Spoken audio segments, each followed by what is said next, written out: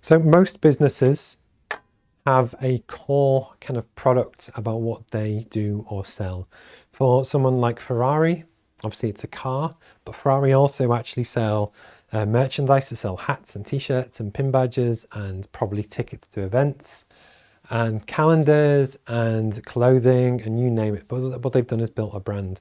Apple, again, will do the same, where you will sell iMacs, Mac Minis, watches. They don't do cameras, but they kind of do on the phones. You've got laptops, you've got services, you've got credit cards, you have music subscriptions, home subscriptions, TVs, AirTags, iPads. You know, there's a whole thing. And what we're essentially looking to do is that you'll have your kind of product pyramid, and every business has this. So if you ever watch this, you still have this, but maybe just in a different way. So what you have, I'm going to stick with the Apple example because most people kind of understand it, is that you will have your super premium product, which actually is your most expensive. So I guess for Apple, just for a bit of fun, last night I was speccing up a Mac Pro, which was £50,000. They do the Pro Display XDR, which is, well, 5.5 plus £1,000 for the stands. That's 6.5, so that's £60,000. But it's, anyway, but it's a super premium product. Likewise, you could also argue that the iPhone is kind of up there because that's, you know, expensive. But the point is, you have your premium products.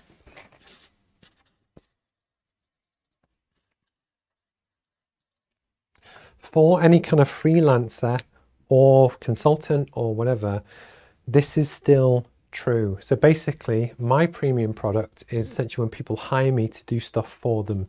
So I have 3 or 4 different clients that pay me on retainer every week and every month that I physically, go into their business, work with them to do stuff for them. That's the most expensive thing that I do. And actually, I have a limited amount of it because it's time. Then actually, that's kind of how it works. At the bottom of your pyramid, I'm going to jump back. Well, I'll do me, I guess. You also have your free. And you might think, well, actually, do you do anything which is free in terms of a product or service? But the truth is you should do. You might not do, but you should do. And this could be live streams, podcasts, social media posts, anything that you do which adds value to your audience is a way for them to enter your ecosystem, get a feel for who you are, your quality of service, what is your quality of product like? Is it a case of, you know, does the lighting look good? Is the sound good? Does it feel like a premium kind of product? And in terms of an ecosystem, you offer free stuff. And again, that could be social media. So even if you are an expert in fire safety or health and safety or first aid, one of the things that we would always talk about is how actually, if you're looking to build a brand and a business, talk about the stuff that you do so that people see you as an authority or an expert on the topic, that then they trust you to buy your stuff. But they only do that if you put out free content to basically build your knowledge, experience, and that kind of thing. But again, this is all part of the same ecosystem. And then what you should also do, and I'm going to go back to the Apple example, is have tiers where basically you have free, low cost, medium cost, high cost. And the idea is that as a business, if you have different offerings at different price points, it allows people to enter your ecosystem at a level that they can afford and actually, in theory, upsell them over time. A good example of this is the car company Porsche. So they, in theory, free social media events, that kind of thing. Slightly more expensive would be merchandise, t-shirts, caps, whatever. It would be race days, events, whatever. Mid-level would be, they have, what is it, the Porsche Boxster, the Cayman, the Macan, which are exceptionally good cars and that kind of thing. But what they're doing is buying you into the brand to show you how good their stuff can be. Then as you go up, you can have the 911, and right at the top, the kind of hero. The hero product, which for them was the 918 Spider. But I know Mercedes have got the, what's it called? The Project One, the AMG GT. I forget that it's like the hypercar, 11,000 RPM product. But the point is, right at the very top, you want your hero product, which everyone knows you for. But you can create an ecosystem, and then what you're also doing is that on the course we talk about how you want to manage risk, so that if as a business Or say for me, if I only did the paid consultancy and nothing else, that's a small number of people that can buy that product or service. So actually there's a lot more risk there that if I lose a customer, that could actually have quite a big negative impact on me.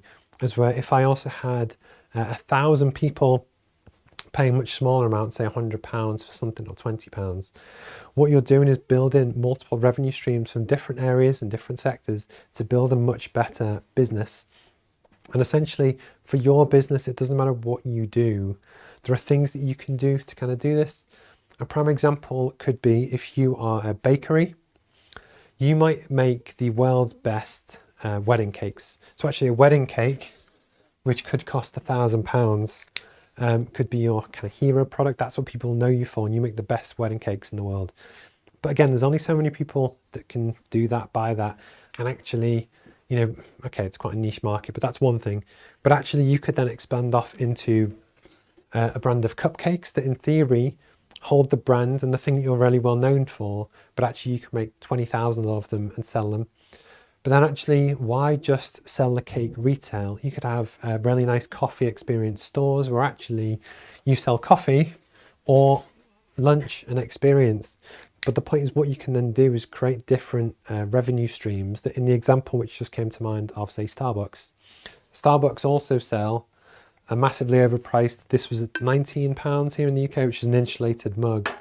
But the point is they don't just sell coffee, they sell the merch around the coffee. I think you can get t-shirts, you get mugs, you can get coffee beans, coffee machines, loads of different kind of stuff. Or the other one which sprung to mind was Krispy Kreme donuts. The people go there because of the donuts, but you're going to get some people that really love it, and you can get Krispy Kreme cufflinks and whatever. And actually our wedding cake, when we got married, we actually built it ourselves on a cake stand, but it was like a Krispy Kreme wedding cake, just tiered kind of donuts. But the point is, think about your business ecosystem. What is it that you could do?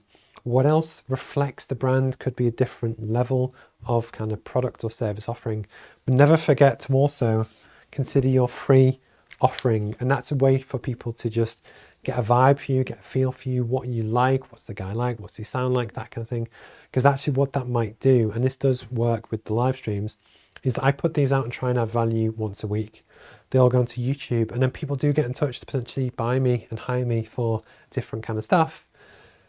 That actually it kind of does work. And the point is, think about your own ecosystem, have a think about all the stuff that you could do to generate more kind of revenue streams. And if you come up with something really good, please kind of reach out and I'll use you as an example on kind of future stuff.